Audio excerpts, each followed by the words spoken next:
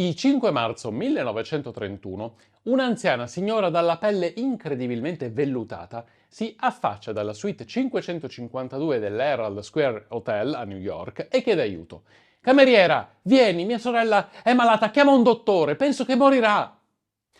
Quella era la prima volta da 24 anni che Ida Mayfield Wood usciva dalla sua suite, composta da 2 camere da letto, divisa in tutto quel tempo con la sorella Mary e, fino a 3 anni prima, con la figlia Emma Wood, morta in ospedale nel 1928 a 71 anni d'età. Ed era anche la prima volta che qualcuno aveva accesso a quelle stanze. Entrano ed escono il direttore dell'hotel, un medico e un becchino, ma anche 2 avvocati dello studio O'Brien, Borman, Conboy, Mammard e Hurley, chiamati per fare chiarezza su quella strana situazione. Il corpo di Mary Mayfield giace sul divano coperto da un lenzuolo, ma è quello che c'è intorno che lascia tutti senza parole. Pile di giornali vecchi, rotoli di spago, scatole di cracker vuote e qualche vecchio baule, oltre a un angolo cottura improvvisato in bagno. Uno scenario di abbandono e squallore che fa impressione. L'avvocato Morgan O'Brien Jr. inizia a fare qualche domanda e salta fuori una realtà che ha dell'incredibile. Il direttore, in servizio da 7 anni, non ha mai visto le occupanti della suite 552. La cameriera del piano racconta che, da quando lavora lì, non è mai entrata a fare le pulizie nelle camere e che solo 2 volte le donne hanno accettato un cambio di lenzuola e asciugamani, passati attraverso uno spiraglio della porta. Un inserviente dice che, ormai da molti anni, bussava una volta al giorno per chiedere alle sorelle se avessero bisogno di qualcosa. L'ordine era sempre lo stesso: latte in polvere, cracker, uova, pancetta e, raramente, del pesce che veniva consumato crudo. Una volta ogni tanto chiedevano tabacco, sottili sigari cubani e qualche vasetto di vaselina. Ida pagava sempre in contanti, anche il conto dell'hotel, e lasciava al fattorino una mancia di 10 centesimi, ripetendo ogni volta che quelli erano gli ultimi spiccioli che aveva. Insomma, sembra la storia di una donna ormai quasi in miseria, che ha deciso di ritirarsi dal mondo insieme alla sorella e alla figlia. Nei tratti del viso di quella signora anziana, piegata dall'artrosi e ridotta quasi a uno scricciolo, pesa poco più di 30 kg, si intravedono ancora i segni di un'antica bellezza. Ha una carnagione rosata, del colore dell'avorio, fresca e senza rughe, forse grazie alla vaselina che si massaggia per ore sulla faccia ogni giorno, però sono anni che non fa un bagno. Nessuno si ricorda più di lei, che pure era stata una delle protagoniste del bel mondo di New York negli anni a cavallo fra 800 e 900. Nessuno se la ricorda più perché nel 1907 si è autoreclusa all'Herald Square Hotel, senza avere più contatti con nessuno se non con la sorella e la figlia, prigioniere, come lei, della paura di finire in povertà. Una paura infondata, come scoprirà poi l'avvocato Brian, visto che nella suite viene ritrovato praticamente un tesoro in valuta contante, titoli, obbligazioni e preziosi gioielli. Ida Wood, improvvisamente tornata in contatto con il mondo esterno, inizia a raccontare la sua storia. Appartiene a un'antica famiglia del sud degli States ed è una delle donne più apprezzate nell'alta società newyorkese, moglie dell'editore Benjamin Wood, all'epoca proprietario del New York Daily News. Il cognato, Ferdinand Wood, era stato sindaco di New York e membro a vita del Congresso degli Stati Uniti. Quelli che sono lì ad ascoltare il racconto dell'anziana signora pensano che si tratti delle farneticazioni di una donna ormai affetta da demenza senile. O'Brien però ne parla con il padre, ormai anziano, che invece in qualche modo conferma quanto detto da Ida. Lui se la ricorda bene quella donna famosa a New York per la sua bellezza, ma anche per uno spiccato senso degli affari. Lui stesso l'ha frequentato sia in società sia per motivi professionali e proprio per questo fa fatica a credere che si sia ridotta in povertà. Le indagini che l'avvocato compie rivelano infatti che in realtà Ida Wood è ricchissima. Nella suite, oltre a un malloppo di $247.000, nascosto in una scatola da scarpe, salta fuori una collana di diamanti del valore di circa $40.000 e poi, fortuitamente, altri $500.000 occultati in una camicia da notte. Ma non è tutto.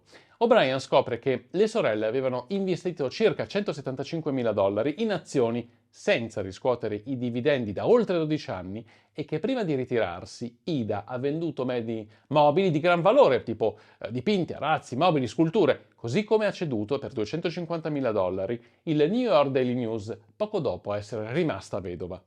Poi saltano fuori 54 bauli conservati in diversi magazzini che contengono ulteriori tesori, metri e metri di preziosi pizzi veneziani e spagnoli, gioielli di ogni tipo, un bastone da passeggio con impugnatura in oro, dono di un presidente degli Stati Uniti alla famiglia Wood, e persino una lettera di Charles Dickens del 1867 destinata a Benjamin Wood. Tutto questo patrimonio va a finire nei sotterranei della Harriman National Bank. Ida viene dichiarata incapace di intendere e di volere e messa sotto tutela, mentre si cerca di rintracciare qualche parente.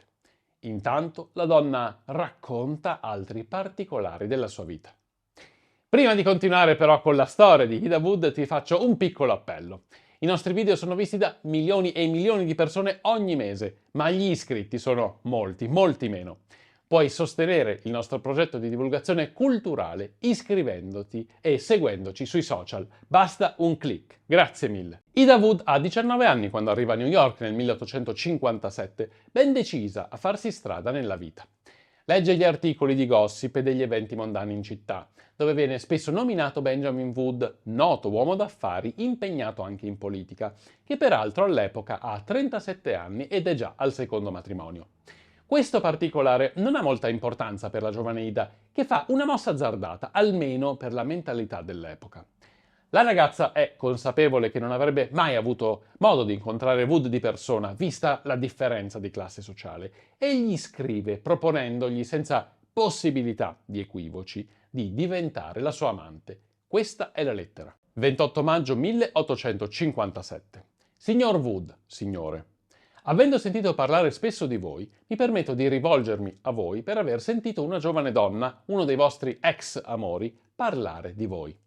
Dice che vi piacciono i volti nuovi. Immagino che, essendo nuova in città e in a third curve, potrei contrarre una piacevole intimità con voi, della durata che riterrete opportuno.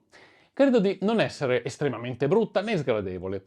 Forse non sono così bella come la signora vicina a voi al momento, ma ne so un po' di più e c'è un vecchio detto: la conoscenza è potere.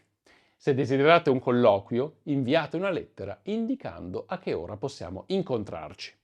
Detto, fatto, i due si incontrano e lui rimane incantato dalla grazia di Ida, dai suoi lunghi e lucenti capelli neri e da quel suo sguardo malinconico. Lei racconta di essere la figlia di un proprietario terriero della Louisiana, Harry Mayfield, mentre per parte di madre vanta un'ascendenza con gli scozzesi conti di Crawford.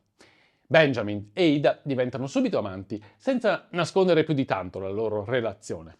Nel 1867 si sposano, quando lui resta vedovo. Intanto la coppia ha una figlia, Emma Wood, e tutti sembrano sorvolare sul fatto che quella bambina sia nata prima che i due si sposassero. La relazione con Wood, ancor prima del matrimonio, introduce Ida nel bel mondo newyorkese. Nel 1860 balla con il principe di Galles in visita in città, mentre l'anno successivo conosce Abraham Lincoln, avversario politico di Wood, convinto assertore dello schiavismo. Ogni pomeriggio la donna fa una passeggiata in carrozza nella Quinta Strada, dopo essere passata a prendere il marito nel suo esclusivo club. Il matrimonio sembra quindi riuscito, ma c'è un difetto di Wood che Ida non sopporta. Lui spreca molto denaro e soprattutto gioca d'azzardo, rischiando somme considerevoli e anche di più. Una volta mette sul piatto addirittura il suo giornale che, fortunatamente per lui, non perde.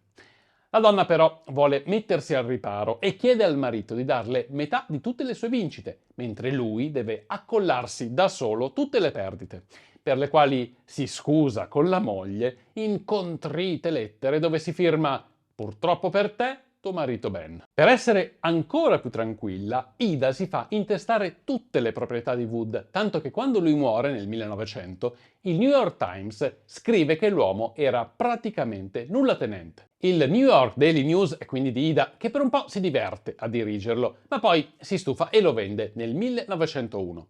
Dopotutto è una ricca vedova e può godersi la vita, anche se da sempre ha mostrato piuttosto una tendenza al risparmio, se non all'avarizia.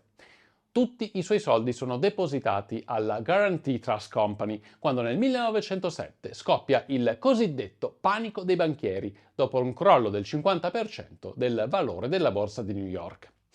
Un funzionario della banca racconterà poi all'avvocato O'Brien che Ida Wood si era presentata un giorno allo sportello per chiudere il suo conto, portandosi via in contanti quasi $1 milione.